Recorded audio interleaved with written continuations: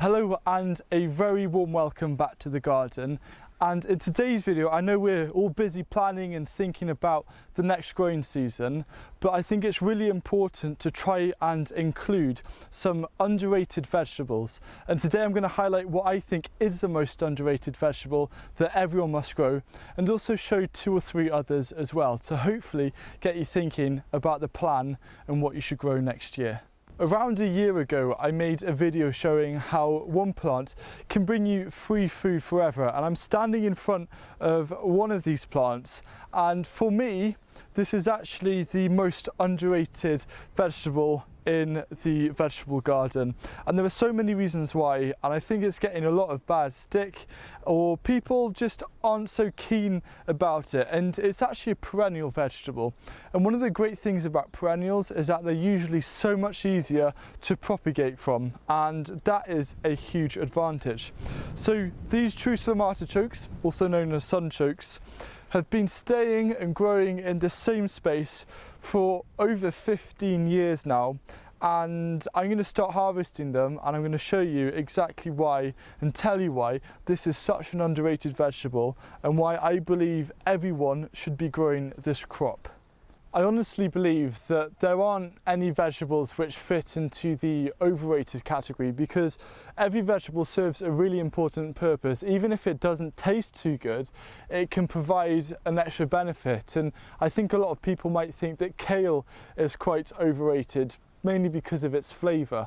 But when you think about the importance it has during the winter growing season, and then also bringing edible flower shoots, which are so delicious, in March and April and even into May, you can see how important things are, no matter how boring you think they are. Now, I also believe, though, there are a lot of vegetables which are underrated and we forget about them. Now, for me, Jerusalem artichokes fit into that underrated vegetable category. And I'm going to start harvesting these, and I'm going to talk you through why these are so important and so crucial. And even though they are technically a perennial, you can treat them as an annual vegetable as well. So if you've got a vegetable garden just focusing on annuals, you can treat this just like an annual and add it into your crop rotation. However, for me, it doesn't make sense doing that, because all the time we can just leave them in the exact same place every year, and this is usually during summer, it's a very shaded spot, and the fact that we can get a consistent crop from it every single year is really powerful. So I don't see a reason to crop rotate, because it doesn't really suffer from diseases either.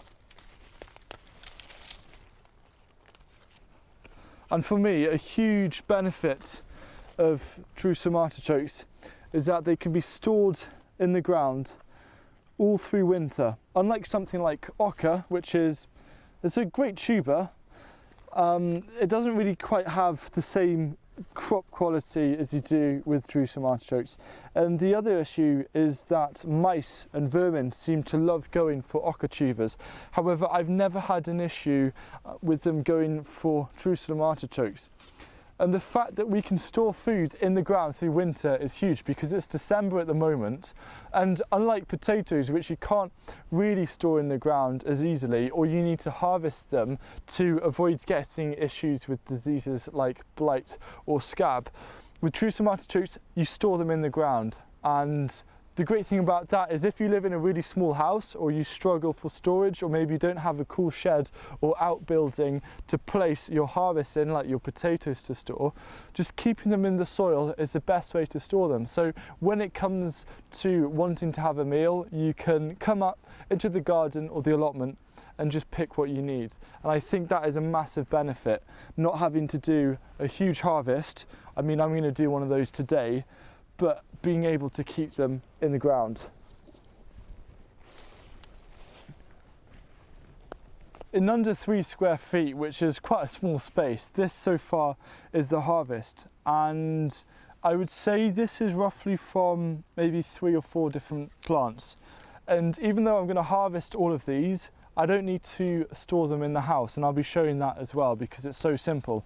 Now, something great about Jerusalem artichokes is that they're technically a carb, but they have a kind of starch in them which I believe makes it really kind of hard to digest. In fact, our body doesn't really digest it, and it's seen more of a fibre. So you can feel like having a nice hearty soup or something to fill you up during winter. So if you're looking at doing a bit of maybe a detox or a diet after Christmas, then using Jerusalem artichokes as your carbohydrate staple is so powerful. And I'm also going to highlight another vegetable a bit later on which can serve that same purpose. This Christmas we're definitely going to enjoy plenty of Jerusalem artichokes, whether they're going to be made into a really nice soup or roasted, and I'm really looking forward to it. And I think Christmas is a really important time to relax and take a bit of a break from gardening and even planning next year's garden, and kind of just reset our minds by trying something new and trying something different. And this video is kindly sponsored by Skillshare.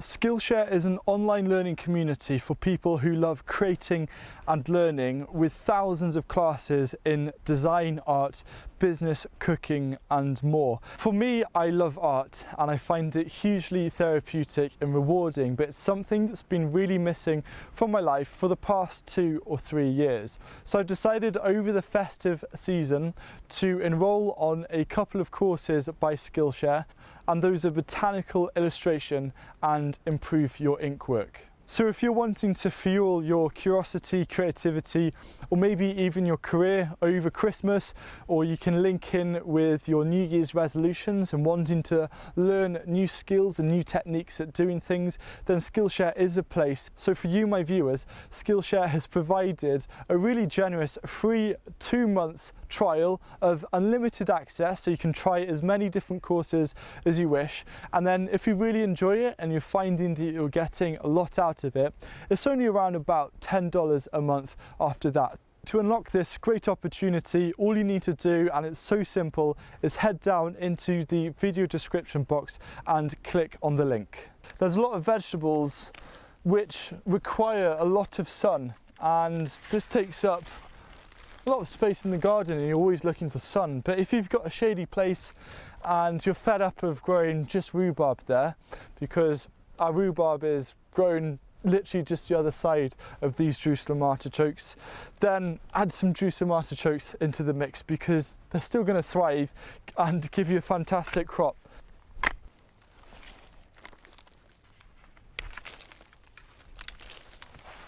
I've just given these a quick wash so you can see more clearly without the dirt what the tubers look like. Now in terms of maintenance, Jerusalem artichokes could not be easier. They grow so quickly, so they smother out basically all of the weeds, and that's a huge bonus. So it's literally harvest, plant in the same session, and then add a bit of compost if you want, and then leave them to it. It's as easy as that. Being in Wales, you can't have a vegetable garden without growing at least a bed of leeks. And I believe leeks are highly underrated. The main reason is because they hold so much power when it comes to winter. And just like the Jerusalem artichokes, leeks can stay in the ground all through winter rather than having to harvest them and store them elsewhere. So we'll be harvesting leeks until about March.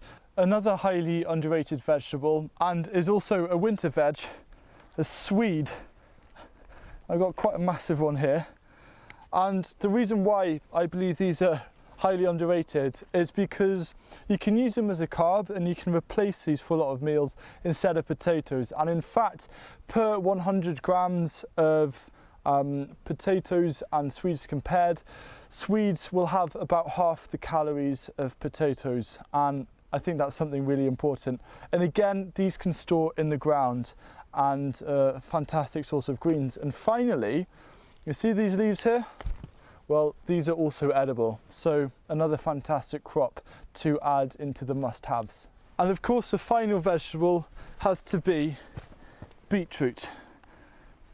And I think this as well is very underrated. It's so easy to grow. The seeds are really cheap.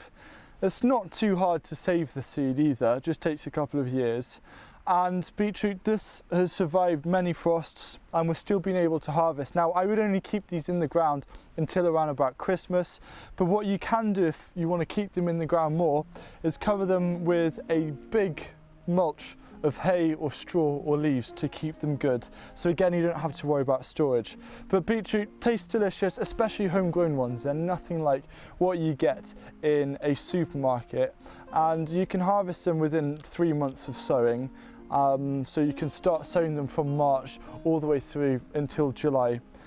As you are planning your vegetable garden, I think it's really important as well to maybe consider trying something else rather drastic and different, and that's re-evaluating how you approach crop rotation. So make sure you check out this video to look at crop rotation and perhaps see it through a different pair of eyes.